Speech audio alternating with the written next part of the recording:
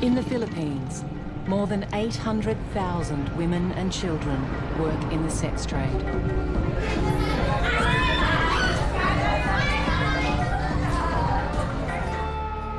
Subic Bay, a 4-hour drive from Manila, is a destination for many foreign men.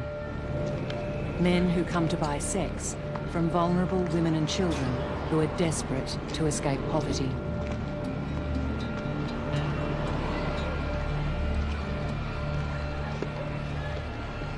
Children like Apple, who lives and works on the streets. She's 16, has a 2-year-old baby, and is pregnant again. Hindi ko feel magtrabaho doon. Nakakapagod, tapos nakakahiya. Yun. Nakakatakot din kasi may customer na kahit gawin mo yung maganda, kahit maging mabait ka, meron talagang nananakit.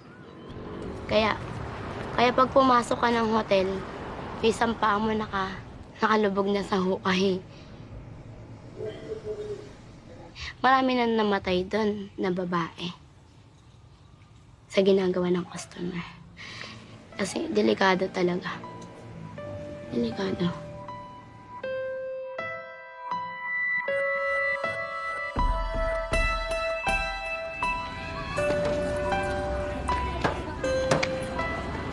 One man has fought for the rights of Filipino children for over 40 years. Father Shay Cullen, an Irish Catholic missionary.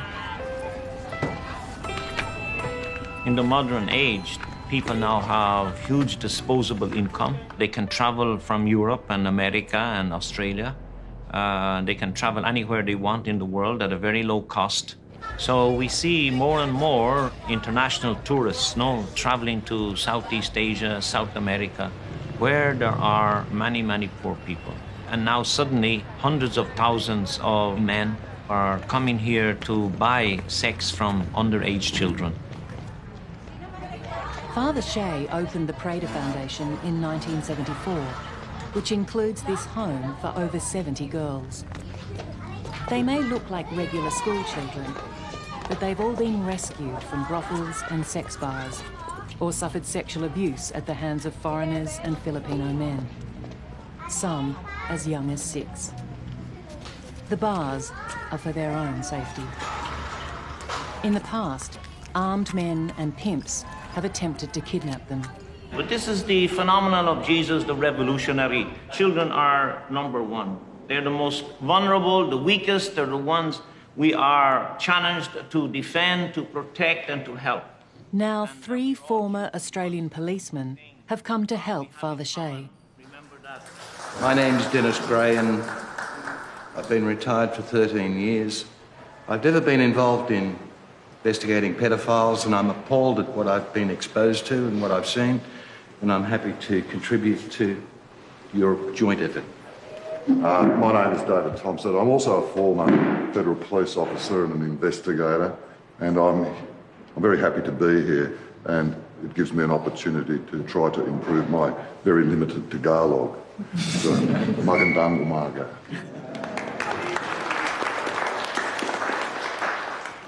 Chris. My name's Chris Payne, and I was a policeman a long time ago. I've been involved in the 1990s, Chris Payne pioneered Australia's battle against sex slavery. When his sex trafficking operation was shut down, he left the police, but continued his anti-trafficking work. Former colleagues Chris, Dave and Dennis will work with Father Shay to investigate Australian men who come to the Philippines to have sex with children. They'll also go undercover to try and identify underage girls in the bars in the hope of organising a rescue mission. Within the bars itself, what's the youngest kid you've seen working in a bar? No, the youngest kid we got out of a bar was 14 years old. Although we got much younger on the streets. I'm getting the impression that that might be where some of them graduate from the streets into the bars. Yeah. Right? Well, okay, 20% of the children that we rescue from the bars, they've been sexually abused either in the home or by some pedophile in the community. Yeah. And they get so shattered and so hopeless, nobody will help them. They get so depressed that they're easily recruited then by the pimps. A child can't make an informed decision to have sexual relationships with a 40, 50, 60, 70-year-old man. They don't make that decision as an informed choice. And if you don't make an informed choice to have sex with someone, that's rape.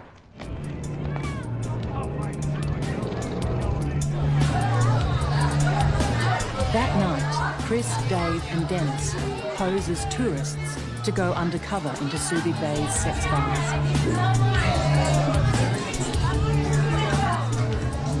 We've been following two strands in this investigation. One is the bar scene. In this area, there's a lot of bars where women work, you buy them drinks and you can take them away. It's called bar finding them and have sex with them. Some of those bars also employ underage children. Underage here is under 18 to work in a bar, but some bars will try and employ girls as young as 13 or 14. They'll do so with willful blindness, and so do the police. Some of them, I'm told, are deceptively recruited, so that's internal or domestic trafficking. They think they're going to come here and work as the usual nannies or housekeepers or waitresses and find themselves in the girly bars. But the men find it tough to gather evidence. The girls have all been trained to say they're 18, and the mama-sons and bar owners give nothing away.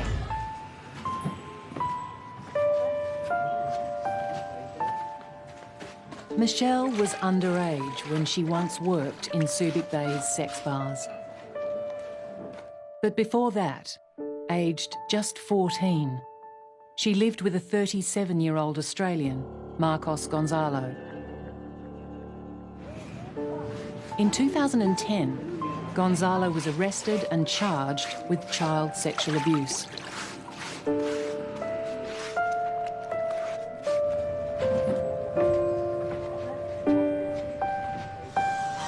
Ayaw mong sabihin?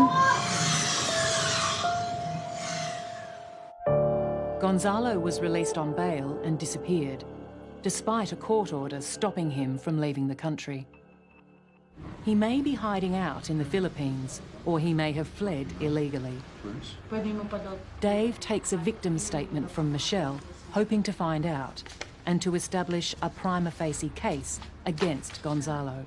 How did you meet Mark and how did you come to be in a relationship? Tapos pinakilala siya sa akin ni ate ko. Ayoko sana sumama sa kanya. Sabi ni mama ko, tsaka ni Mirasol, sama na lang daw kami sa isang kwarto. Sabi niya, natatakot ako niya, ma'am. Tapos yun, ginalaw niya ako nun, tapos virgin na niya po. I want to show you some picture.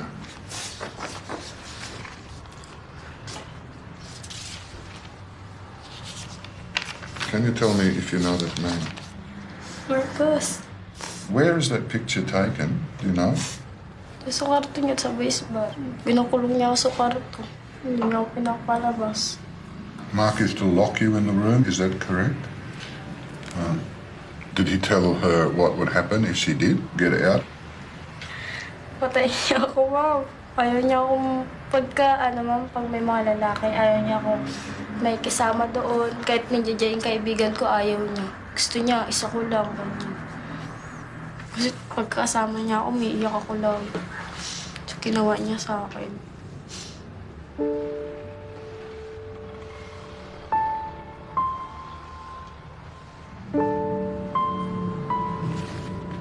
I don't know how anyone can do what they did to someone who's so frail, and she's, what, 2 years older now than she was at the time she was a victim. What struck me was when I spoke to her, she was a small girl, and I was quite surprised that she was actually 16 now. How a middle-aged man of almost 40 could form that relationship is something that you could never really understand. Well, the issues were paramount to me coming, and I'd never really thought about it. My career was all drugs and organised crime. But the 10 days that I've been here and what I've seen and what I've been told, it really is appalling what dirty old men and not so old men do to young girls. It really breaks your heart. Michelle's elder sister, Marisol, informed police that Gonzalo was holding Michelle against her will. Gonzalo's social media page then prompted the investigation that led to his arrest, providing graphic evidence of his relationship with her. During our surveillance, we ascertained that the room occupied by Marcus was in the second floor. Yes. One of my colleagues forced the door open. Michelle and Mark Gonzalo were inside. We asked him what Michelle was doing there.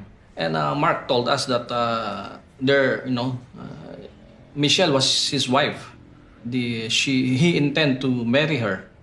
We told him that it's impossible, So what's the current status of the charge against Mark? It's archived because Marcus cannot be found. So it's still pending? Pending. If he's still in the Philippines and you find him, you'd arrest him? We arrest him. Let's hope that he'll come back. Yeah. The trail is 2 years old. The only contact we've had is through Michelle, having contact with him via Facebook. Now, what he tells her on Facebook and the truth of the matter could be, I would say, are probably wide apart. He's made reference to being in Vietnam, being on an island with a typhoon in nearby, being in Australia. He could be anywhere. Like Michelle, Marisol has also been exploited by foreign men when she worked in Subic Bay's sex bars. She left her job as a dancer a few months ago and now works in the Prada laundry. Yeah, you're the one to go to the authorities with alerting them to Michelle. Is that correct, diba? Yes. Yeah, bakit? Kasi nga, nagalit ako kay Marcos. Nakuha yung ka-virginan ni Michelle, binayad 10 pesos. Tapos ang binayad lang mga damit. Ang pangangailangan ni Michelle sa school niya, tinaportahan. Susuportahan niya si Michelle sa pag-aaral. Lahat ng pangangailangan ni Michelle. Who in your family did Marcos make that promise to? Nag-promise. Sila, Mama. I also believe you withdrew your complaint in the court case involving Mr. Marcos. Makaawa na si Mama. Do you know why your mother asked you to recant? Alam mo ba daw bakit pinawi-withdraw ni Mama mo yung case? She doesn't know. How do you know Mr. Mark Gonzalo? Dun sa kaibigan siya ng dati kong foreigner. What's the name of your former boyfriend? Who is your former boyfriend? Torn. Former boyfriend is Torn. Norway. Huh? Norway siya. From Norway. Nasuportahan niya ako sa pag-aaral. Huh? Nasuportahan niya ako sa Torn Northway was one of the many foreigners that patronised Boyd's Bar, above which Marcos Gonzalo lived. Marisol alleges that Torn sexually abused her from the ages of 11 till 16. He was a close friend of Marcos Gonzalo's and introduced him to Michelle, Marisol's sister. When Michelle was rescued from Gonzalo, she was put into Prada's care. She now lives back home, but is kept an eye on by Marlene, a Prada social worker, who was herself once rescued as a child by Father Shay. Dave and Chris have come to gather more evidence from Michelle. They know her mother knew Gonzalo well, but decide not to question her at this time. They start by examining the gifts Gonzalo gave to Michelle. These two are Australian. Right. I can see that's an Australian compliance thing. Can you confirm that these are the clothes and that this is the bag that he brought for you from Australia? Michelle, these are the original letters, the original ones that Marcos wrote to you? Yes. Salamat, Michelle. Most incriminating is a collection of explicit love letters Gonzalo sent Michelle from prison before he was bailed and disappeared.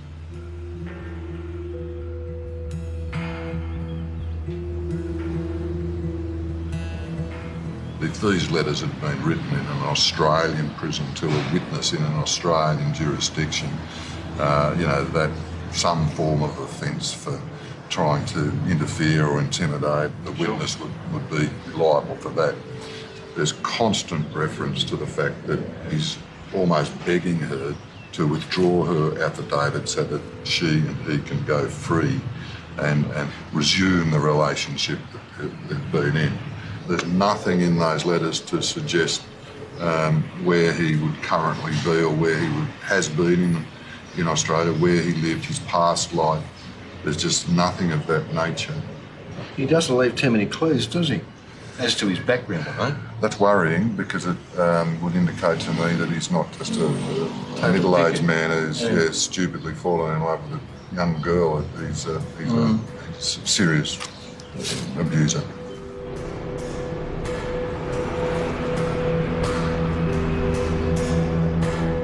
Marisol led the police to Gonzalo. She now wants to help the Australian investigators rescue other young girls. We're heading for the township of Subic, taking Marisol there. She's going to show us some things up there. She used to work, poor young thing, in two bars there, the Miami Bar and the Crow Bar. Apparently are both houses of ill repute and allegedly employ underage girls. Miami shelter. Alam mo ba kung may nagtatrabaho sa Miami? Na minor? Oo. Paano mo sila nakilala? Dati kung yun, masaman sa barkada ko dati yun. Those minor who are working in Miami. Hazel, Hazel, Leia. Tapos nakalimutan ko yung pangalan. Nasa 16 yun. Hazel is 16 years old. Leia, Leia. Magsi-16. What was the salary? How much did you got paid by, what, drinks? Magkano daw yung sweldo mo? 100. Her salary in Miami is 100 pesos. A day? A day daw yun.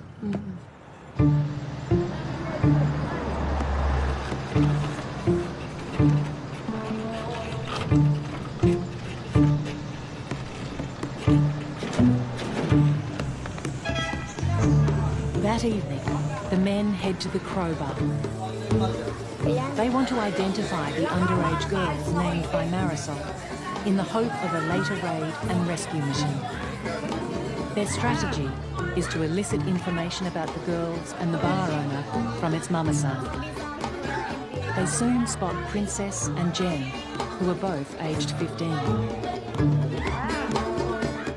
And discover that the owner is an American called Arthur Benjamin, who recently bought the bar and renamed it after his girlfriend, Avila, who the mama-san says is only 14.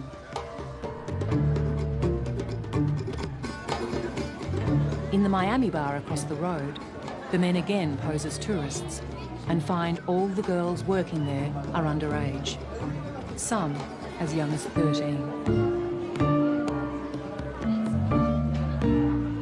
In the Miami, we saw two young girls, and they were clearly no older than 13, I would say. They were prepubescent.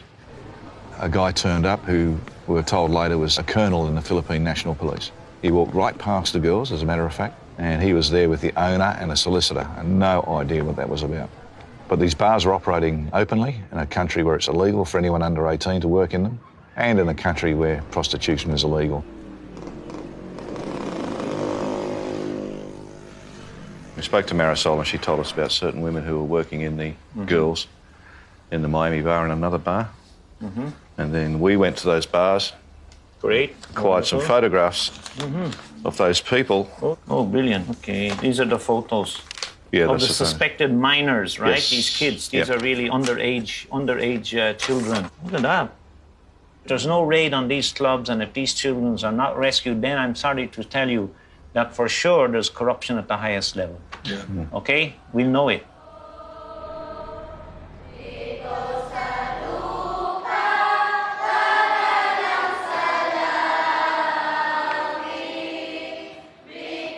Shea has been nominated 3 times for the Nobel Peace Prize, but his controversial work has angered many, including corrupt police and politicians who profit from the sex trade.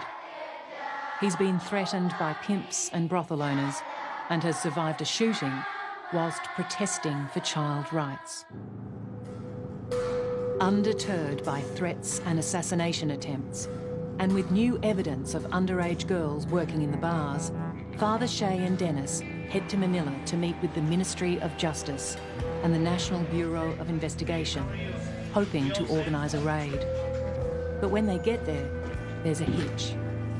They're told they'll need an affidavit from Marisol and Michelle, who also know some of the minors, before any raid can proceed.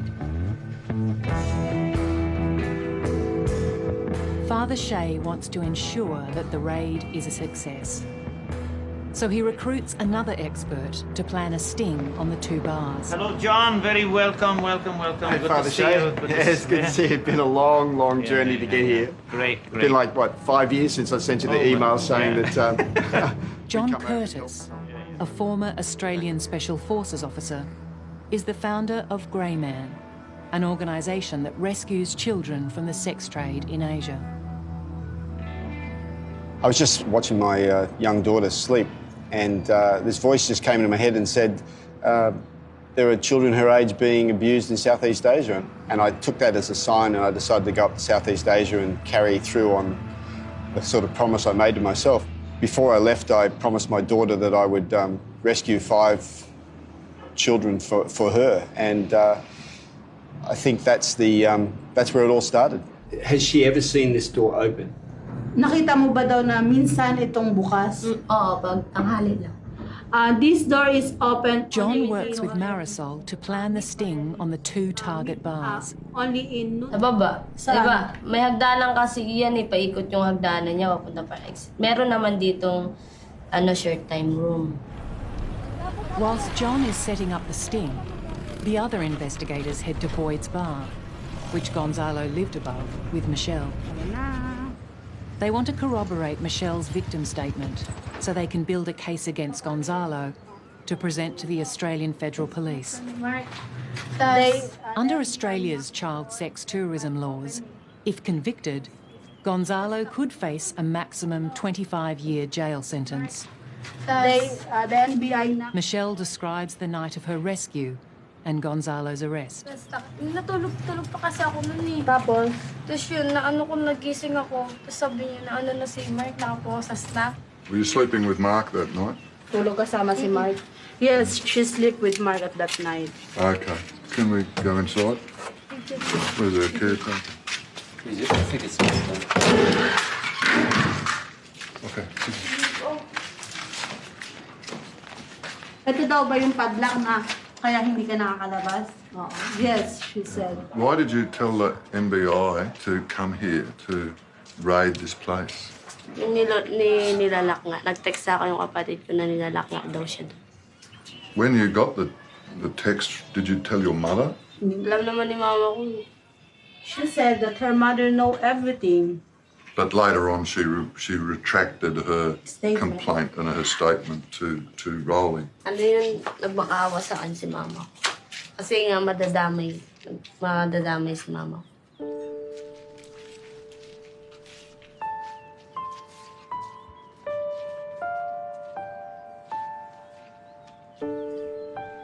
When you lived here, how did you feel? Nung nakatira ka daw dito, ano nararamdaman mo? Malungkot. It's okay to give her a hug. She needs...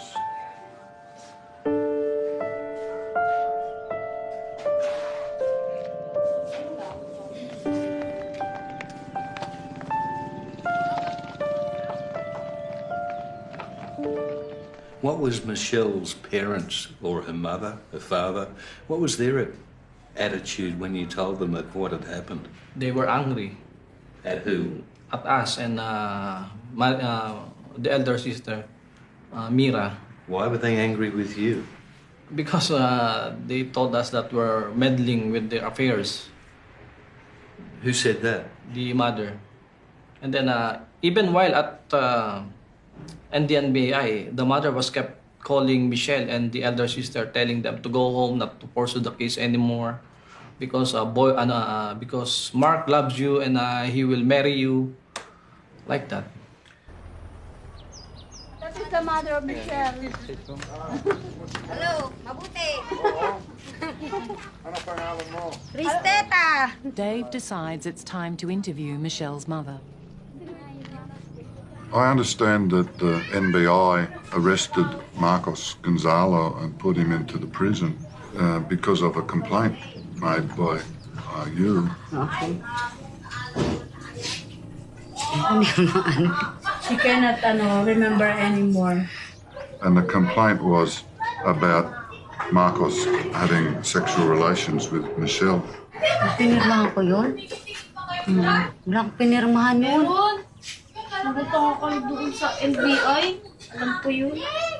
She cannot remember anymore what documents she signed, but instead Michelle remembered her mother signed the documents. There was also, I believe, a second document where she recanted the first document. Can you tell me anything about that? The NBI allegation is that you sold Michelle to Marcos for money. Alam niyo po ba yun? Hindi ko naman yung anak binibenta. She said that People need to survive in this country. The safety nets that exist in Australia just aren't there. So when families need food, they become desperate. They're easy pickings for people who don't have money to sort of entice them to come into these situations. They see foreigners, they think they're rich, and there's a way of making money from them. Police surveillance established that Gonzalo lived above Boyd's bar with Michelle. But when arrested, he denied having sex with her. The bar closed down soon after the raid. But when open, it was not a sex bar, but a drinking club, popular with many foreign men who often brought their young Filipino girlfriends. Its owner, Boyd Smith, came to Subic Bay from Australia a few years before. The investigators have discovered Boyd's current address from the bar's landlord. With the motor? With the motor. Yes. They hope Boyd Smith can tell them where Gonzalo is hiding. Is this his house? Yes. Now he's living there. Oh, gusto sana namin makausap si Boyd. About po, Good, thanks. My name's Chris Payne. We're following up on some of the events that occurred in Boyd's bar 2 years ago. We're particularly interested in finding Gonzalo.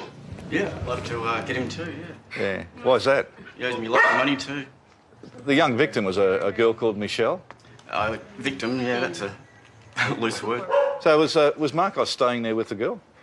No. No, he was, we were actually, he was up there alone, yeah. The thing is, it's Dennis is my name, by the way. Yeah, Dennis. Boyd, how you doing, bud? Yeah. Bit bag of nerves Whoops. at the moment. Mate, can we get out of the sun? Sure. Do you mind if we just under the shade? Yeah. I'd offer you a drink, but it's got nothing. Enter? Yeah. Safe to eat. He's not going to bite me leg off. Well, thank you for that. We're going upstairs, away from the dogs. All right. Angela, come on. So what do you say about the police allegation they made against you that you knew what was happening? They didn't care about Mark and what he'd done. They did allege that you knew that Michelle was underage and that she was staying with Gonzalo. Pardon? They did allege that you knew that Michelle was underage and she was having a relationship She with... was my nanny's daughter. Yeah. And she was at the place all the time. And they also allege that you knew she was in a relationship with Gonzalo. No. Who said that? That's what the police alleged. On the morning that the NBI came to Boyd's bar, it was, 6 o'clock in the morning? Or 5 or something. And they came sort of through the door instead of opening it. Oh, yeah. that morning, I heard something weird going on. And I hear something bang, big bang. The big window, they break it. So shit, and then Mark, I heard screaming, like said, "Boy!" like that. And Michelle and Mark were found upstairs? Yeah. What? In the same room? Yeah. Yeah, the That's what I time heard, Mark drunk.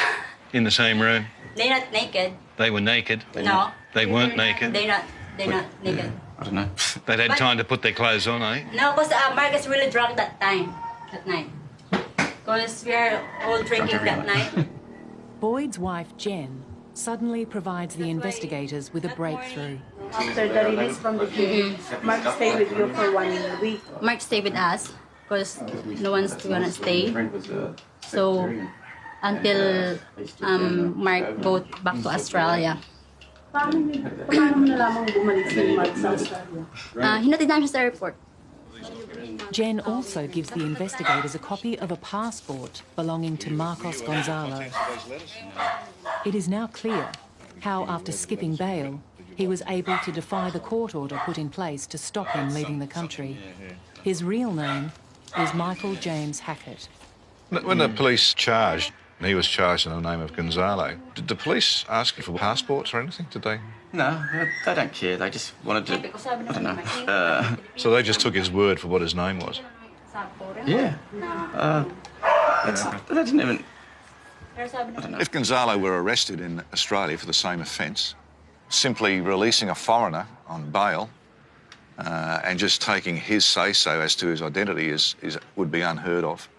And I can't understand why that happened here.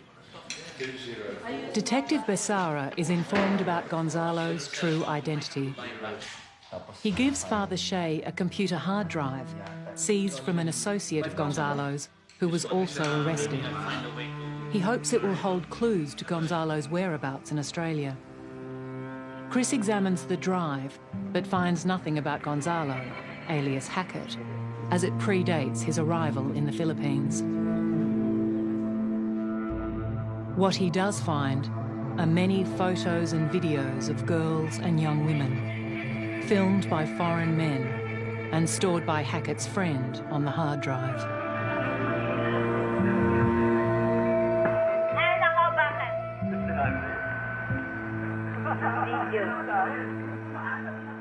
At some stage, he's acquired this very large collection of some pretty serious child pornography. We didn't actually look at it, but we looked at the folder titles and the file titles. There were downloads, you can tell that by the file name. And names like, Grandpa does the job on 9-year-old schoolgirls, stuff like that. So, that's a problem for him, possessing that sort of thing. Well, it would be under Australian law. I don't know what the Filipino law is on child pornography. While the search for Hackett continues, John Curtis pushes ahead with the sting operation on the 2 bars. He wants to make sure that the underage girls are there on the night of the raid, so that they can be rescued. This is an afternoon place. He meets the owner of the Crowbar, Arthur Benjamin, and tells him he's organising a bucks party for a friend called Nick, who's actually part of the film crew. Hoping for Arthur's arrest on the night, John invites him to join them and insists the young girls be at the party. Nick's Bucks night will then move to the Miami bar across the road. These rooms are short-time rooms. I've just hired one to get them used to our presence, also to get a look at what's up here and get an idea of the layout of the place for when the operation takes place. The Mama Son's hoping to organise this party for us because there's a fair bit of money involved in it. So she's been quite friendly. Nick is getting married. Oh, wow, Nick, where's your girlfriend, your fiancée? Well, she didn't come here because we're having a party. Yes. Oh, yeah, okay. She's back overseas. Okay, everything's there. They have a toilet, they have a bar, they have also a videoke bar, and we have also music. And the girls? And the girls also. It's nice though, I like it up here. Same girls from downstairs? Yes. And can you... Young girl. Young girls? They're dancing naked. How young are the young girls? So what do you think? This is nice? When we pressed her on the ages, she was very coy about it and wouldn't commit herself in terms of ages, but we're hoping that there will be a number of underage girls there. And you can dance naked, you can do sex here if you want. We can close the door. We can have a fuck party also here. Then fuck all night long. I suppose the only risk is that there's a tip-off. We get here and there's no one here. If you let too many people know what's going on, eventually there's a leak and then the girls are all gone. Sabi mo na in-identify mo yung si Venus. Ito si Venus, di ba? The National Police still need affidavits before the raids can go ahead. Michelle writes one, confirming the identities of the underage girls she knows are working in the Crow and Miami bars. Hello, JM. But it's her sister Marisol's affidavit that's critical, as she once worked at the two bars alongside the girls she has identified as minors. But Marisol is now missing. And Marlene, helped by Michelle and Apple, cannot find her. Hello? We really need Mirasol now.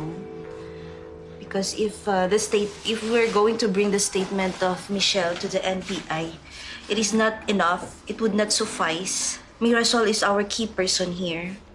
And I believe that she felt threatened now, especially that she knows that what she's going to do now is to rescue some children and to put all the owners of these bars here in Olongapo and Subic into jail.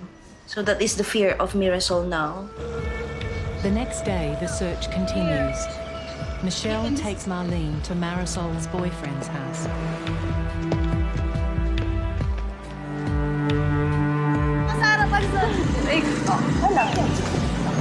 She's here. On the street. Mahal niyo talaga ako. Hanap niyo ako. We love you. That's why we're looking for you.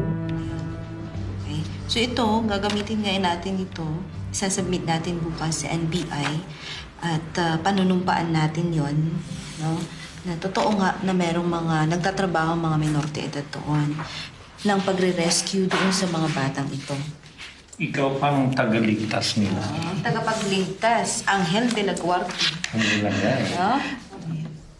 Okay, mark that as Exhibit A. Okay? Anong pangalan? Samahan. Anong pangalan niya? Tricia. Ito. Princess. Ito si Princess. Ilang taon si Princess? 15. Mag-15. When was the last time you went to Manila? Long time. Long time ago? Well, tomorrow, you're going to present the affidavits for the search warrant. The search warrant will allow us to search everywhere and to rescue the underage girls. You've been a big help. You've been really good.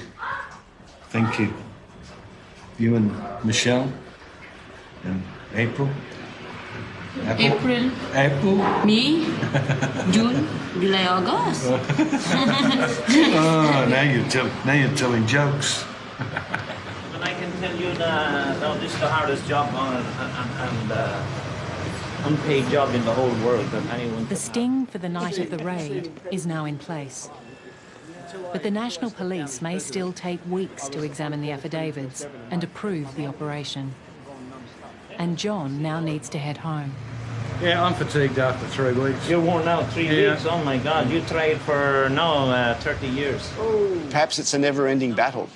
In spite of our efforts, trafficking is increasing in the world. People sometimes say, what are you doing? You know, how can you help this situation? If you give a child another chance, then they have the potential to become anything. Father Shea at Prater, he's rescued many, many children. All of those children have a potential for a better life. Now, you can't tell me that that's not a good thing. Okay, we're on to the NBI. This is Attorney Pascual, who hopefully will arrange this rescue of the children. Hello, Attorney. Good morning. Affidavits in hand, Dennis and Father Shea head to the National Bureau of Investigation, along with Marisol, Michelle and Apple, who've all helped formally identify young girls. Father Shea has decided to deal with the Manila office, 4 hours away, as he believes the Subic Bay branch is corrupt and would tip off the bar owners in advance of any raid. we're developing a case operation plan. We also have to coordinate with our regional office. Yeah. Yeah. Where? In San Fernando? In the office No, in no, no, NBI. I'm sorry. No way, please. That guy used to work for me, and he went to the dark side. Every case they got falls through. We wanted at this level where there's total security, and we're not going to end up with a story of failure and corruption. This will be the national spotlight of hope for women and children, this office. Of course, we want Father Shea to do this right. And Yeah, not one conviction of a foreigner for trafficking in the whole Philippines for the last 10, 15 years. Finally, the girls' affidavits are formally sworn. Ibig na kasi kami puso ko iyong alipin kahit kailan na ako'y sa'yo. These girls have they've just been robbed of a childhood. You know, they're not surrounded by pimps, prostitutes and whatever. They're being treated decently, and it's nice to see the transformation. Michelle was only 14 at the time when she was abused. She's a gorgeous kid, but she's got to be given the opportunity to turn her life around. She's got to be given an opportunity that perhaps she's not been given to date.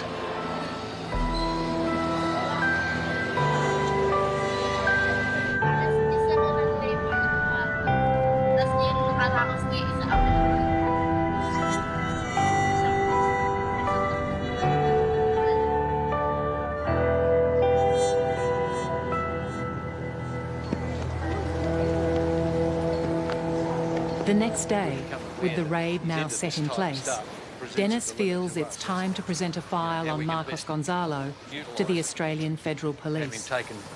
I don't think we should try and imitate what the AFP do, because quite frankly they're going to pick up any deficiencies straight away.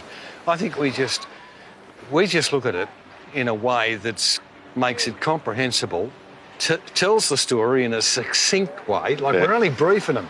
It's their job to go out and do the investigation. It's their job to go out and dot the I's and cross the T's.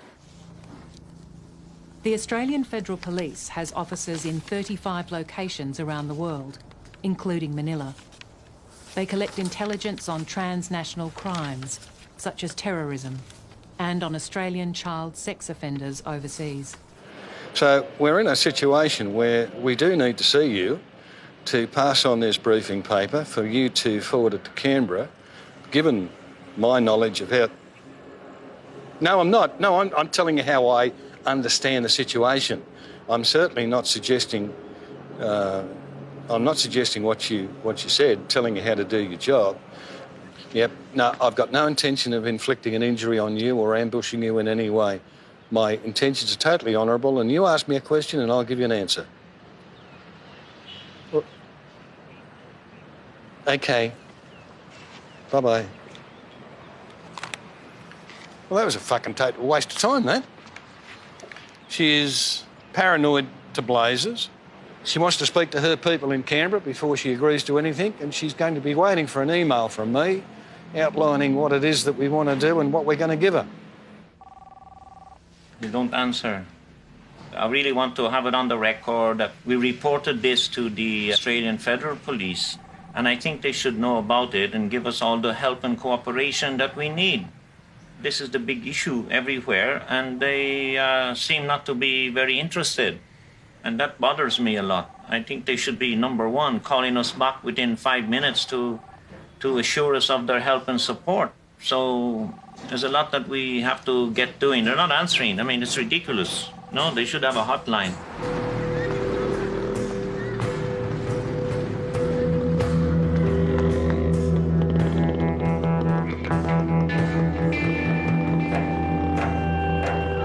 This is an ops order for the raid it's going to be conducted tonight at 6:30, 7 o'clock. It's the day of the raid. To make up numbers for the Bucks party, Dennis has recruited several of the volunteers from Prada. In the unlikely event that things turn nasty, drop to the floor. It's very rarely that anybody who's laying prone on the floor gets hurt. just drop to the floor and take the girls with you? Well, yeah, well, we hopefully even the NBI will arrive in good time. Father Shea has organised for the National Police from Manila to come to Preda for a briefing. But social workers must also be present for the raid to go ahead. We don't have any social workers. Without any government social workers, you can't move. We cannot do it. It's illegal. It's now 4 p.m. and the police and social workers are already 1 hour late. So it'll be a little miracle if it works out and we do succeed tonight. You can see it's already 1 hour. We're almost 1 hour late. Yeah, I'm supposed to be at the bar in 40 minutes, 50 minutes. Well, that's it. You can't hit the bar yet. No, we'll have to delay a little.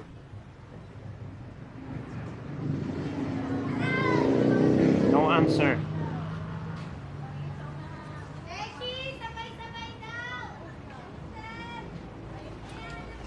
No, I just can't get any connection to the social workers, who are supposed to come here from the government office to rescue the children. We're not sure if they're going to show up anyway now. But we just have to be patient and let's hope it's going to work. Anybody on board? Are they all here? Father Shea decides that Nick and his guests need to leave for the Bucks party, hoping that the social workers will turn up. No, this is the DSWD, the social worker director. Yes, hello. Okay. Well, the NBI they're a bit late, but they're on the way here. You mean to say your social workers did not proceed to here to Preda? No. Well, where are they now, please? Oh, God. Okay. We'll wait for them. Thank you, Lina. God bless. Okay. The raid is in trouble as the Crowbar shuts at 10 p.m. Finally, 4 hours late, the police arrive, followed by the social workers. Welcome, Dennis. Good to see you. Thank you. I hope we have this conversation. The police bring dentists who will confirm the ages of the girls in the bars. American agents from Homeland Security will also be part of the raid. They're responsible for investigating crimes against children by American nationals overseas.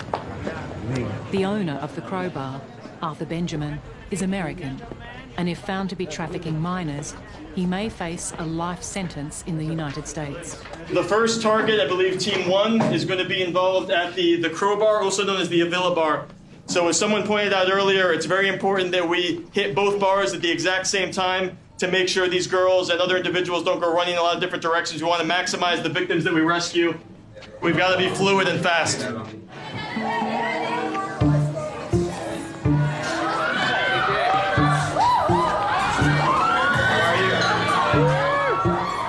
The Bucks party arrives an hour later than planned, still not knowing if the raid will proceed. All right, so we are in the bar, we are waiting for the crew to come, and it is gonna get messy. But despite promising to be there, Arthur Benjamin, the bar owner, is nowhere to be seen. The undercover team at the Miami bar discovers that none of the underage girls identified earlier are there. They're told they've been moved to a new bar, and the girls tonight all seem to be of legal age. Yeah, you better go, then close the bar and you won't even get inside. At the 11th hour, the team leaves Preda and the raid gets underway. Holy crap, I heard my name. Arthur Benjamin finally turns up. He has Avila, his alleged 14-year-old girlfriend, with him. Unaware the raid is imminent, the tension builds for the undercover team as the party suddenly gets wild.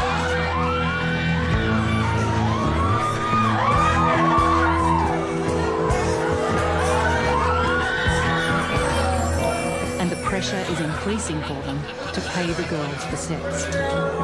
Hey, you drink all my beer!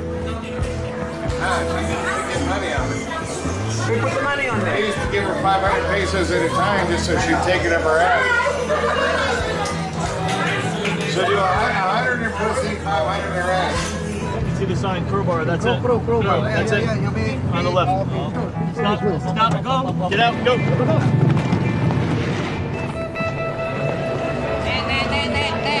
Halika rito. Babae, dito muna, girls.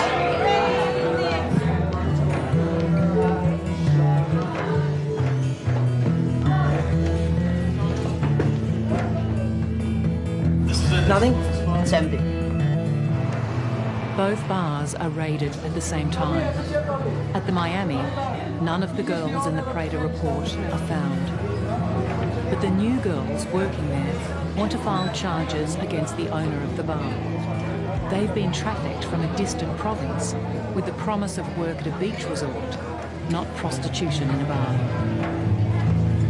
One of the girls is found to be a minor, and the mama-san is arrested on trafficking charges.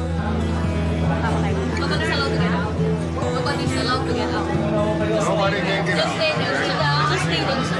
I want to see your hands. Sit down. No talking. We'll talk to you soon. There are no underage girls here, and I have never had sex with an underage girl. About half an hour ago, you admitted to me that you have regular sex with an underage girl. You're now denying that? Yep. Dental examinations prove that some of the girls working here are under 18, including Princess, who was identified earlier. Yeah, true. You could have got a free dental checkup. Well, that's what I was looking at. Huh?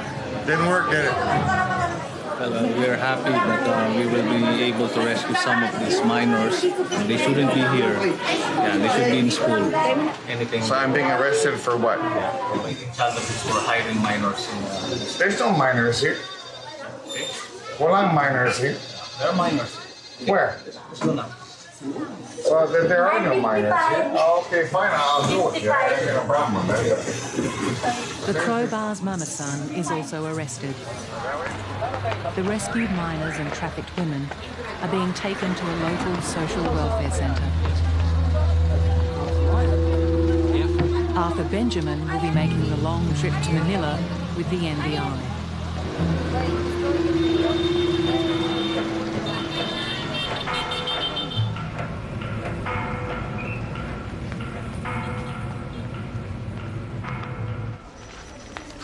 There's a hearing tomorrow where charges will be laid in the court or in the prosecutor's office.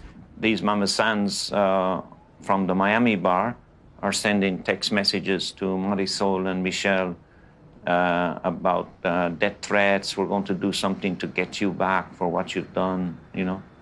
So we have to extend more protection now, certainly for Marisol. All set. Yeah. You ready for the road? Look terrific. Thank you so much, for all your great work. We're really With the raid a success, it's now time for Chris and Dave to head home. But there's one thing left for Dennis to do. The Australian Federal Police in Manila have finally agreed to meet. He can now file their case against Michael James Hackett, alias Marcos Gonzalo. Well, today's the culmination of 3 weeks' work. We've prepared a 12-page report for the AFP that they should be able to use to further any investigations that they conduct. Let's get it over and done with. Let's get this show on the road. The case against Gonzalo is strong. It's strong here because he's a fugitive. There's already a case against him. There's a brief of evidence. There's a warrant for his arrest. We've got a victim who's giving a statement, and that statement is corroborated wherever it is possible to corroborate it. He has been charged in the Philippines, but he could also be charged in Australia. One of the delights of growing old is that you never stop learning. And the last 6 weeks I've learned quite a few things. I've seen the difference between good and evil. I've seen the difference between competence and incompetence starkly illustrated. I've seen a man on a mission who is enormously frustrated because the system, which is supposed to work, doesn't. Mag-goodbye ka kay Dennis. Ayaw mo mag-goodbye kay Dennis? Aalis na si Dennis, oh. Ha? Ba't ayaw mo mag-goodbye? What's wrong, Marita? She doesn't like to say goodbye to you. I've been practicing for 3 days. Okay? Now kita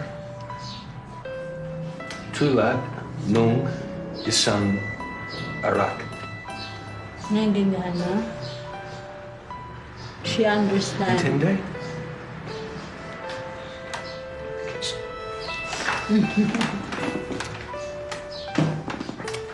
Look after yourself. Okay.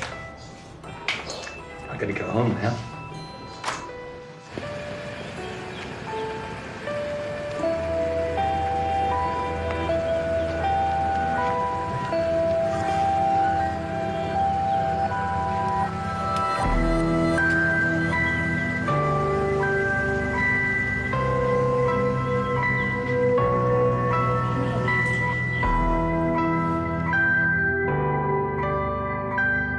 After Dennis left, the threats against Marisol continued. She's since gone into hiding.